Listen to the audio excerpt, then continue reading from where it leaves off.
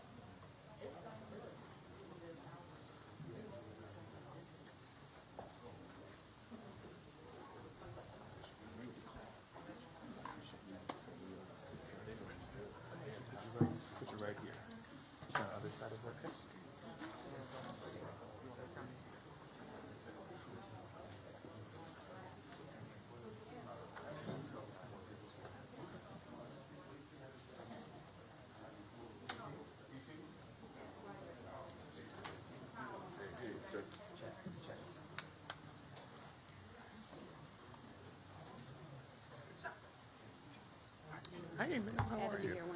Thank you, thank you.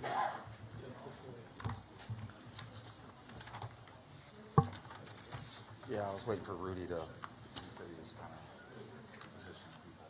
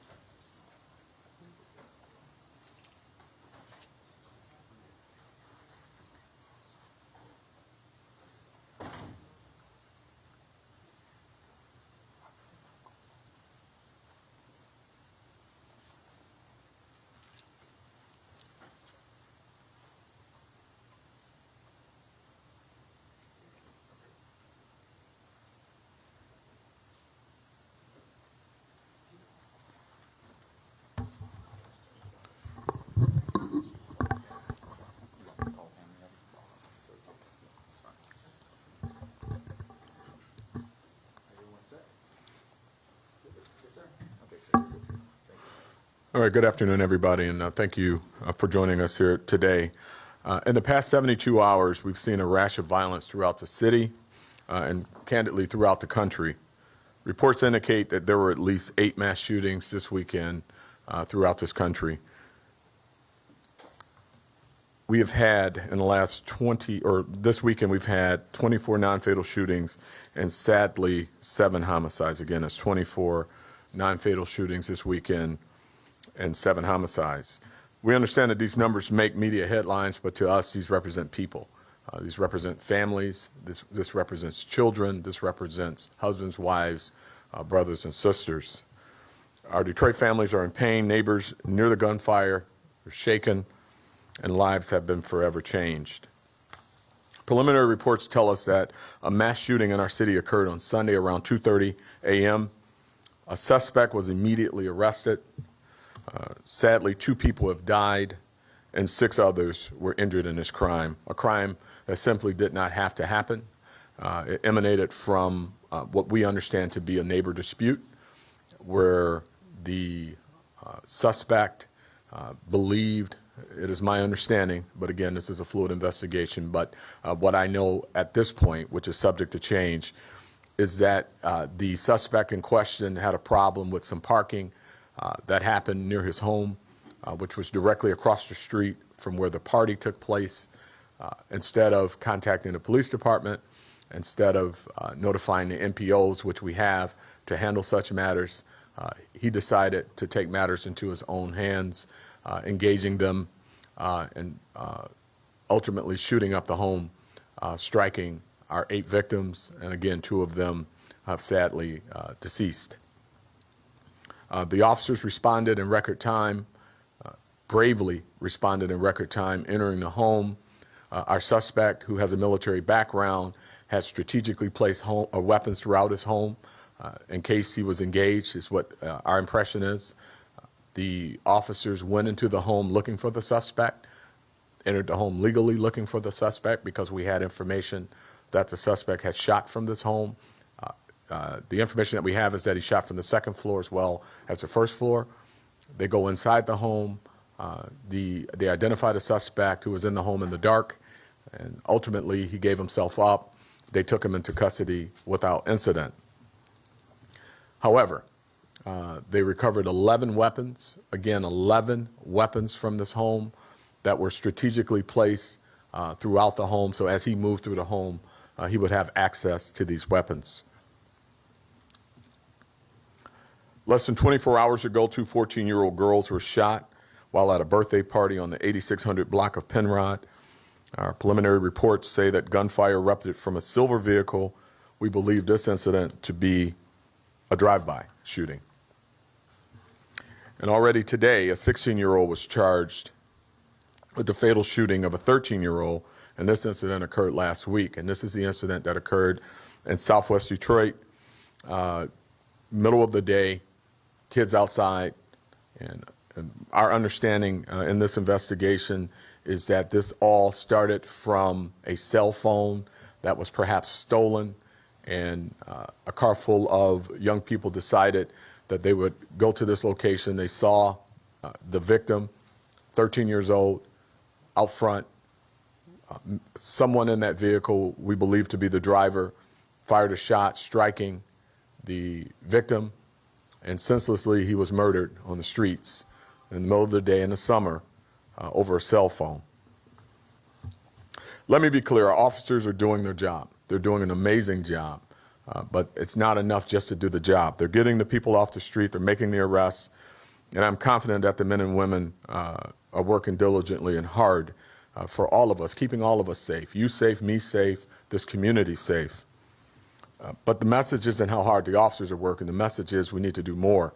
And I'm very thankful to see City Council President Mary Sheffield here with us today, and all of our other partners, because that's what this message is going to be about today, is doing more, working with our partnerships, because no one needs to live like this. Our community deserves better, and we must do better as a community for our own safety and for each other's safety. But at this time, I'm going to call Commander McGinnis up to update us on the latest information that we have in some of these homicide investigations. Commander.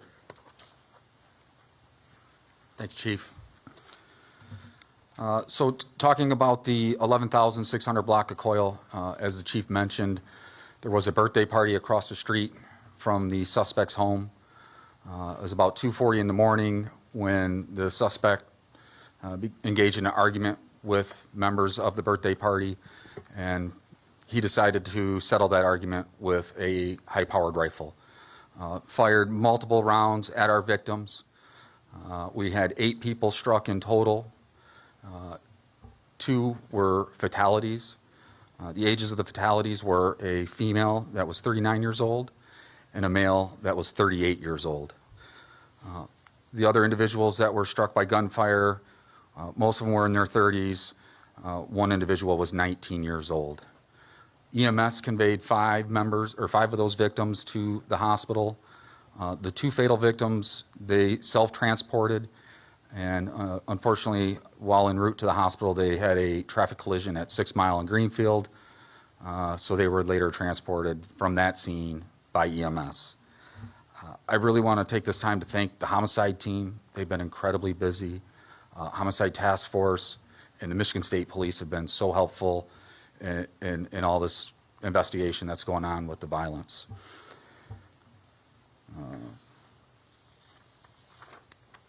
That suspect is in custody, and we have consulted with Wayne County Prosecutor's Office. They're reviewing the information on the case, and we expect for them to make a charging decision in the next day or so. The next case I'll discuss is the fatal shooting of the 13-year-old. 13 years old, I don't know what to say. We did get charges against a 16-year-old in that case today, and he was arraigned. And as the Chief mentioned, it was over a stolen cell phone from weeks ago. 16-year-old with a gun settling a dispute over a stolen cell phone. Very tragic, and as with all our families, our victims' families, my heart personally goes out to them, as does every homicide detective.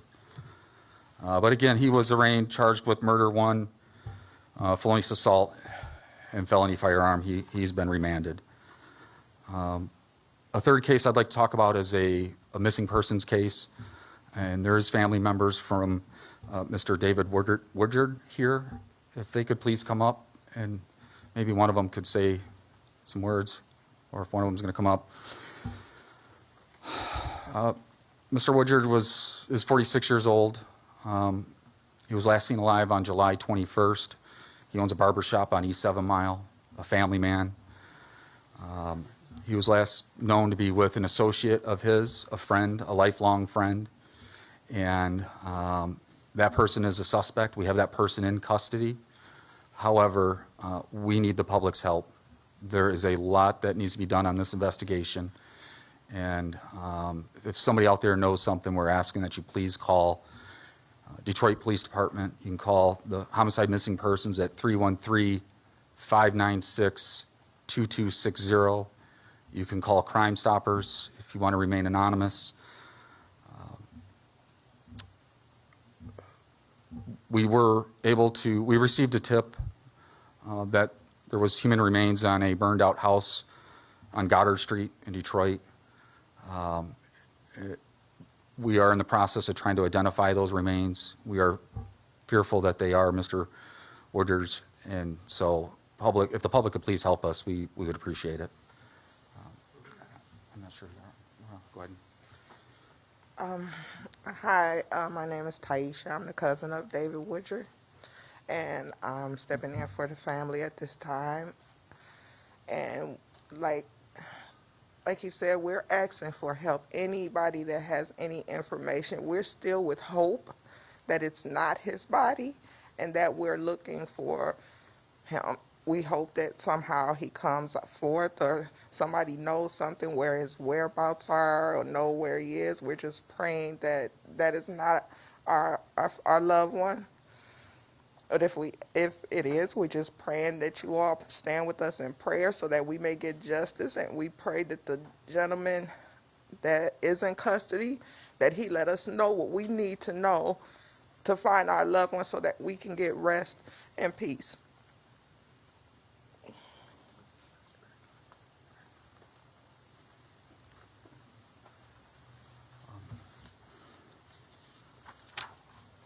Well, as you can see, the family deserves closure. They need information.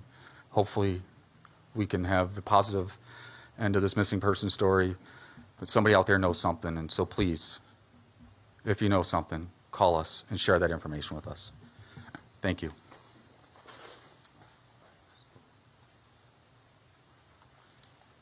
Quincy Smith, community organizer for Ceasefire Detroit. Phil Chapman, you guys want to join me? Community's tired. This is out of control.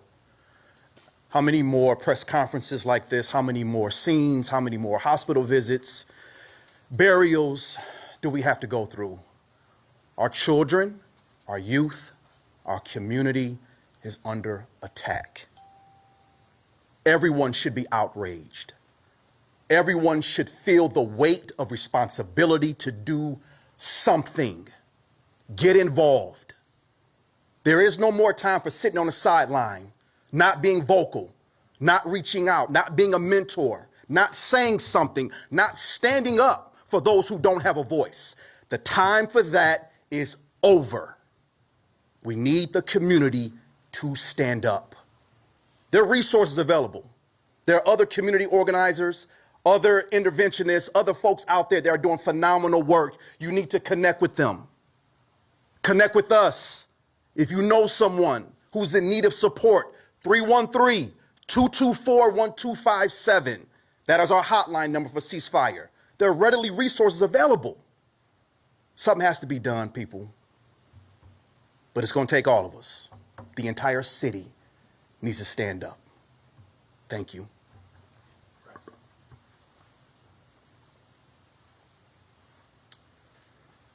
Dan DiBardino, president of Crime Stoppers. I think everybody has heard the message loud and clear from the chief, Crime Stoppers, and the family members.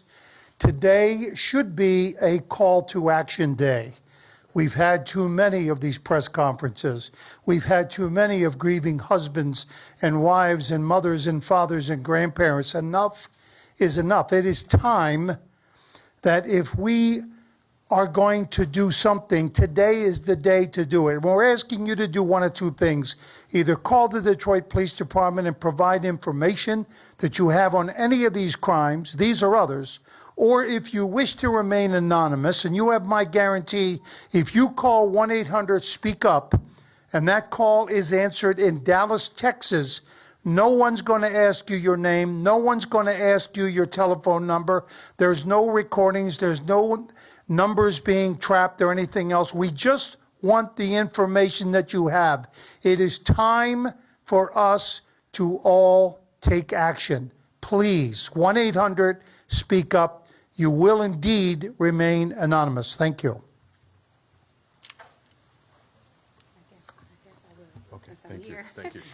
I didn't want to speak, but I think it's important that I utilize my voice as well, too. And I stand here in support of the men and women of our police department that work so hard every day to make sure that our streets are safe, as well as the community organizations that are day in and day out in our communities. As I hear what was presented today and over again, what runs through my mind often is this idea of conflict resolution and the need for our young people in general when it relates to crime is de-escalation.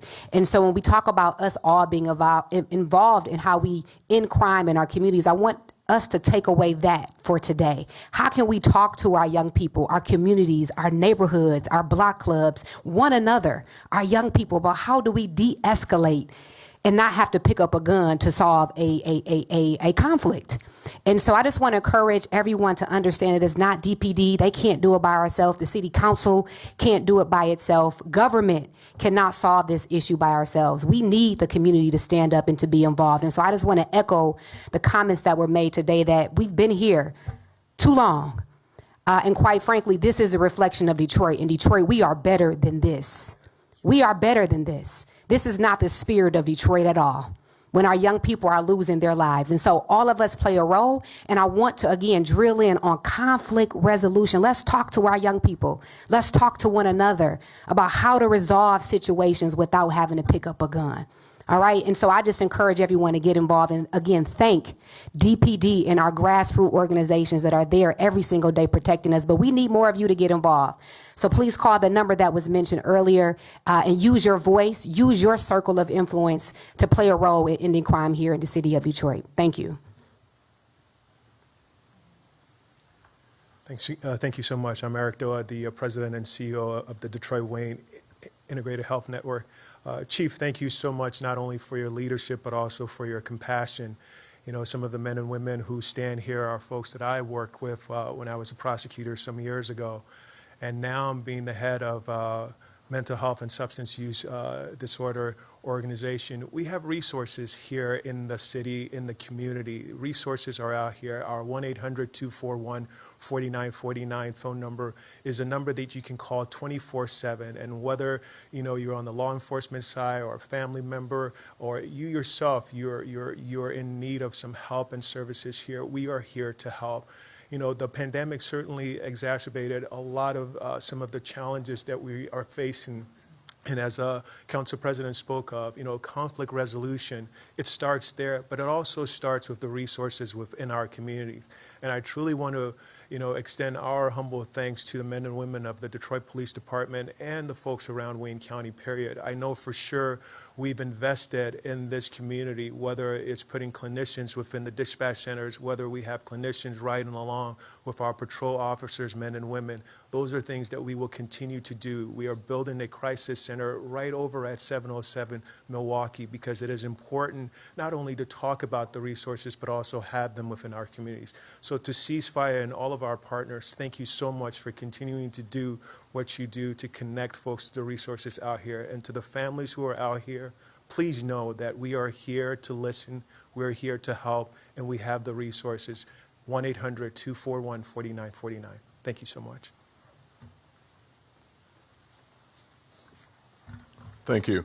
So we've heard from the council president, we've heard from Ceasefire, we've got the Board of Police Commissioners here, we've got Detroit Wayne Mental Health Authority here, the director. We've got a lot of opportunities for people to make better decisions. Detroiters deserve better, it's been stated. the levels of crime that we're seeing in our city is unacceptable. This country's obsession with weapons and mass shootings, and it's just unacceptable. And we can do better, and we have to do better. And I'm not going to get on a political platform about guns. It's not about guns. It's about using guns to make poor choices and poor decisions that we've seen. I've got a 16-year-old whose life is over because he pulled the trigger to settle a dispute over an iPhone. So his life is over, and a 13-year-old who won't get a chance to work in ceasefire, won't get a chance to be the police chief, the city council president, whose life is over. Senseless violence. So I've talked a lot about working together as a team, what we need to do as a team. This police department is not defeated. We're going to continue, and they're very good at what they do. We're very focused and determined to get these violent offenders off the street, and we're going to do it unapologetically and every single day. As of this morning, I've directed that all felony weapon arrests be sent for review to the U.S. Attorney's Office. As you all know, we have a new U.S. Attorney, Dawn Isom, who's completely committed to eradicating violence from this community. She's a Detroiter, a graduate of Cass Tech High School. I better not get that wrong. And she is very committed to this community. We're submitting all CCW arrests to that office for review for felon in possession charges, and those charges carry up to 10 years in prison, and those are federal charges, so you're not going to be able to work those off without doing the time. We are very serious about this, and we're not playing around. So if you're using a gun, put it away. Don't bring a gun to a party. Don't shoot 14-year-olds. Just resolve your disputes in other ways. With that, I'll take any questions. Chief, kind of in that same vein, you know, with your detectives being inundated with these cases, you talk a lot about partnerships, whether it be with the feds, MSP, U.S. Attorney's Office. I mean, is it at the point where your guys and gals need help on the back end of these investigations? Yeah, I think that's a great question. I mean, we can't do it all. And, you know, we've said it time and time again, we cannot arrest ourselves out of this situation. There has never been a time in any city, Detroit or otherwise, where any police chief has declared an end the crime because they've arrested their last suspect. It doesn't work that way. But what we need to have happen is people to make better decisions. And there needs to be a penalty for bad behavior. And I don't see anyone who has a healthy fear of committing a crime. You have to pause and say, I might go to jail, I may do time. And the reality of it is, I'm not seeing that. So we need everyone, the judges, to do their part to keep these violent offenders in custody. And sometimes the answer isn't a tether and let them out. Maybe this is one for Commander McGinnis. Can we get updated on the triple shooting on Stopel? I believe it was Friday. Yeah, afterwards, okay. Okay. Yeah. Thanks. Good afternoon, Channel 4 Oz from Channel 7. A couple of questions, Chief. Can you just clarify how many shots were fired? This is the mass shooting? I don't know how many shots were fired. We have information that there may have been an exchange of gunfire in defense of someone shooting up the house, but we have the count, but I don't have the count with me. What about the alleged shooter? Can you tell how old is he?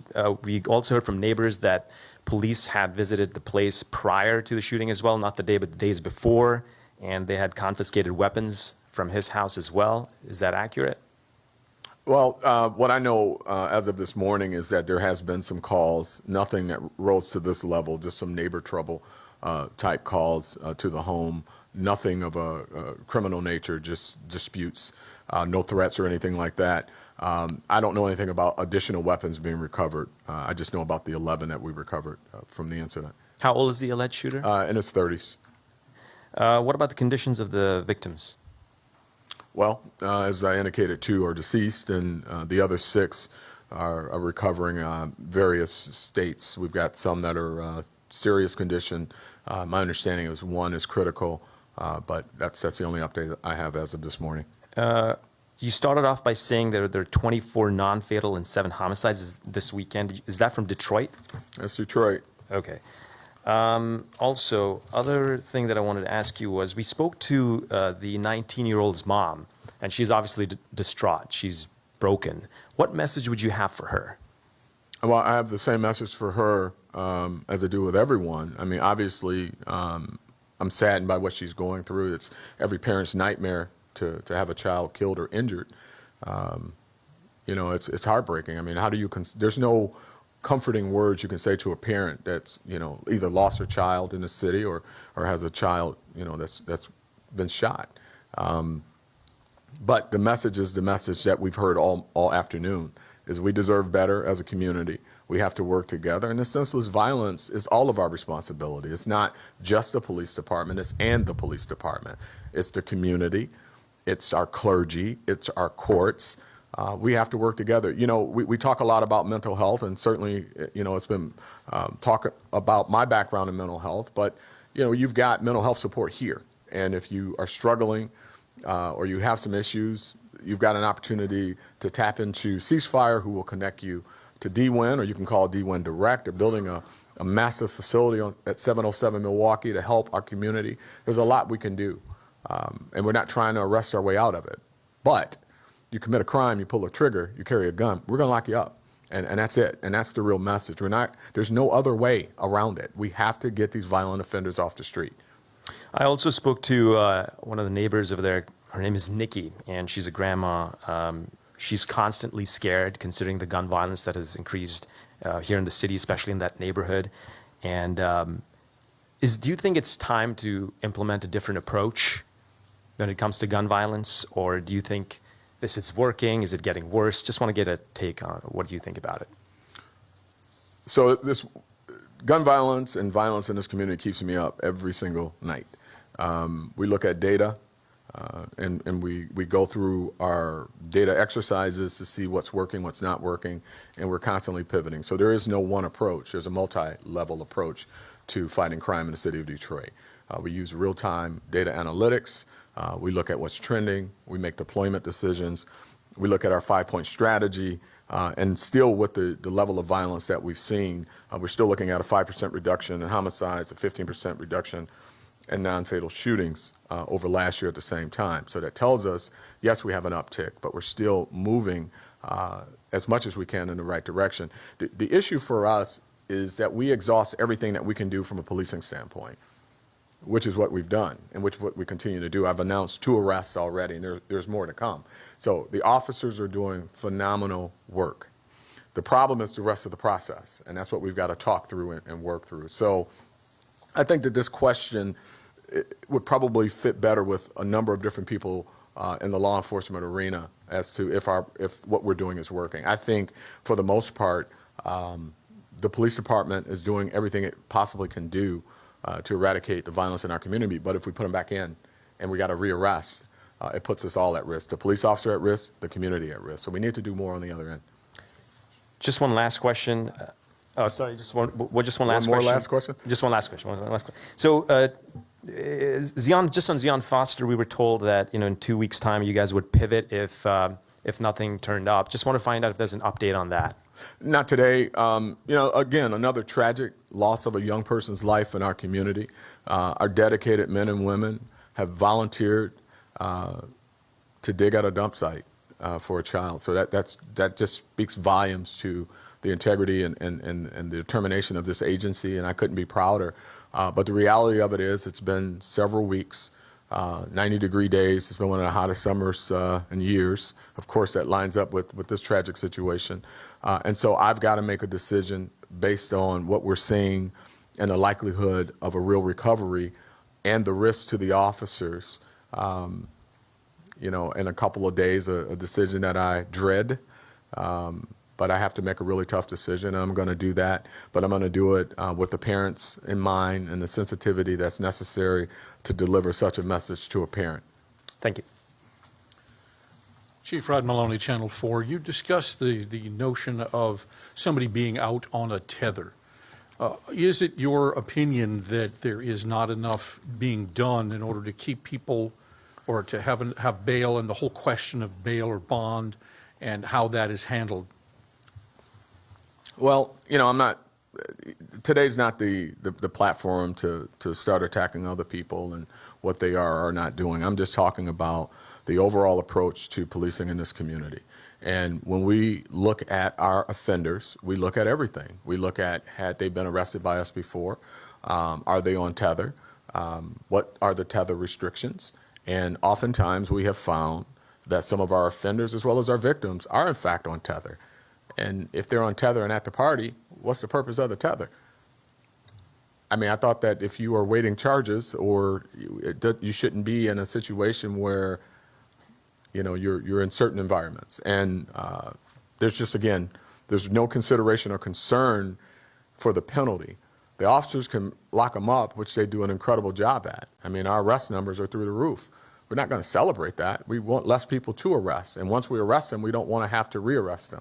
And so we just all need to come to the table, have real discussions about how to make our community safe. To point to the police and say, go lock them up, that's not the answer if we're going to release them. You know, I mean, now they get out, and that comes with a lot that I'm not going to get into, but I'll get into one part of it. You know, you've got Crime Stoppers and others who work very hard to make our communities feel comfortable enough to report information. What message does it send to the person who finally gets enough determination to ID a suspect, and that suspect is standing next to him in a local store because they're out on tether for violent crime, not jaywalking. We're talking about violent crime, shooting someone, hurting someone. So it's bigger than the chief standing here saying we shouldn't have people on tether, because I'm not saying that. Some people, sure. Nonviolent offenders, absolutely. Give everybody a second chance. Give them a couple second chances. But when you've got someone who has tried to kill someone, and let's be clear, a non-fatal shooting is a failed homicide. People are starting to act like a non-fatal shooting is something you just do because you're upset, but you didn't kill him. You attempted to kill him or her. You just didn't succeed. So what does that presuppose? That the next opportunity, we're just going to make a different decision? No, we're going to try to finish the job. One more question, sir. Hi, my name is Andrea. I'm with the Detroit Free Press. Can you hear me okay? Yes, ma'am. Okay. I just had a quick question. The department mentioned that the gun used was a high-powered gun. Can you please clarify what type of gun was used? All right. Commander wants me to be very careful. He's submitting a warrant to the prosecutor's office, and sometimes I talk too much. So I'm going to leave that alone for right now. Okay. Was it bought legally? We will be releasing all of that information once his warrant is signed, and I will have him brief you out on that. Okay. And just one more question. Were the victims known to the suspect? Not all of them. One was a neighbor, but not all of them. Again, this was a birthday party where people were parked all around the home, and our suspect became upset by where the vehicles were placed. And that was like with the driveway, right? The driveway. Can you please clarify? My understanding, it shouldn't have rose to this, but my understanding is that perhaps one of the vehicles was blocking the driveway. Okay. And then okay, you said 11 guns recovered. Are you able to talk about the guns recovered at all from? Not yet. Okay. But I assure you, once everything's submitted to the prosecutor's office and it's signed, we will give you a picture of the suspect as well as all the details you're asking for. All right. Thank you. All right. Thank you all.